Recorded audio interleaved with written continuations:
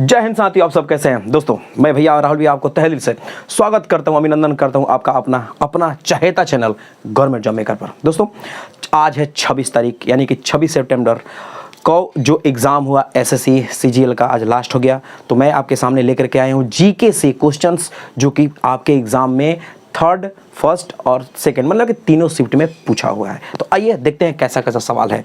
देखिए सवाल दिया है कि फुगड़ी नृत्य किस राज्य से संबंधित है। फुगड़ी नृत्य तो ये है दोस्तों गोवा से। इसमें क्या होता है ना कि गणेश चतुर्दशी हो या कोई भी त्यौहार हो तो वहाँ की महिलाएं जो होती है वो इस नृत्य को करती है। ठीक है, अब आया सवाल कि हसिका रामचंद्र किस खेल से संबंधित है। ठीक है, तो ये हो जाएंगे तैराक से। उसके बाद है कि राज्य के नीति निर्देशक तत्व किस अनुच्छेद तक है। राज्य के नीति निर्देशक तत्व कहने का मतलब कि डीपीएसपी किस अनुच्छेद तक है। तो ये है दोस्तों अनुच्छेद 36 से 51 तक। हमारे देश में डीपीएसपी को आयरलैंड के संविधान से 1937 ईस्वी में लिया गया था। अगला सवाल है कि नाइटिंगेल ऑफ एशिया अवार्ड 1987 ईस्वी में किसे मिला था। तो ये मिला था आशा भोसले जी को। ठीक है, अगला सवाल है कि किस खिलाड़ी ने सिंगापुर ओपन 2022 सुपर 500 ट्रॉफी जीती। तो ये हो जाएगा पीवी सिंधु। ठीक है, उसके बाद सवाल है कि चंदेरी का युद्ध, ध्यान से देखिएगा कि चंदेरी का युद्ध किसके मध्य हुआ था। तो दोस्तों ये हुआ था 29 जनवरी 1528 ईस्वी में मुगल बादशाह बाबर और राजपूत शासक मेदिनी राय के बीच, जिसमें बाबर की क्या हुई थी, जीत हुई थी। अगला सवाल है कि मच्छर किस फाइलम से संबंधित होता है। तो मच्छर हो जाएगा आर्थ्रोपोडा संघ से, यानी कि कीट जो होता है ना वो आर्थ्रोपोडा संघ में आता है। आते हैं और सवाल लेकर। देखिए साथियों दिया है सवाल की कुकी नृत्य किस राज्य से संबंधित है। तो कुकी नृत्य हो जाएगा आपका आंसर हो जाएगा नागालैंड से। अगला सवाल है कि बेलूर मठ की स्थापना किसने की थी। बेलूर मठ की स्थापना किसने की थी। तो ये किए थे स्वामी विवेकानंद जी ने।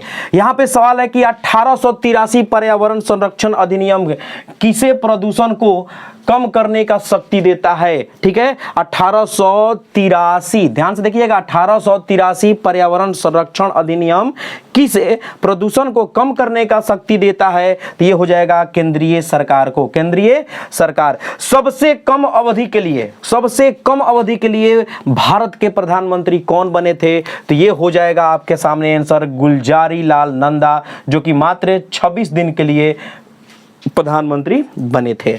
अगला सवाल है कि किस सुल्तान ने कृषि की देखभाल के लिए एक विभाग, ठीक है, किस सुल्तान ने कृषि की देखभाल के लिए एक अलग विभाग बनाया था जिसका नाम था दीवान ए अमीर कोही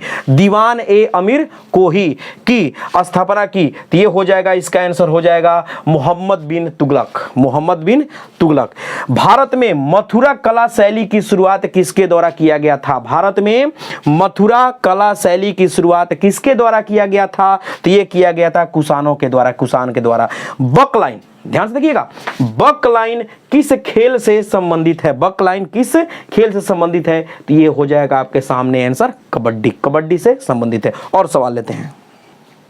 आइए मेरे साथियों देखिए दिया है सवाल कि गंडक नदी किसकी सहायक नदी है। गंडक नदी किसकी सहायक नदी है। तो ये हो जाएगी गंगा की। दोस्तों गंगा की सहायक नदियों में गंडक के अलावा जिसमें सोन हो जाएगा, यमुना नदी हो जाएगा, ठीक है, गोमती नदी हो जाएगा, रामगंगा नदी हो जाएगा, करनाली नदी हो जाएगा। तो ये सभी याद कर लीजिएगा। पक्षियों और स्तनधारियों में कौन सा लक्षण एक समान होता है। तो ये होता है कि दोनों गर्म रक्त वाले होते हैं।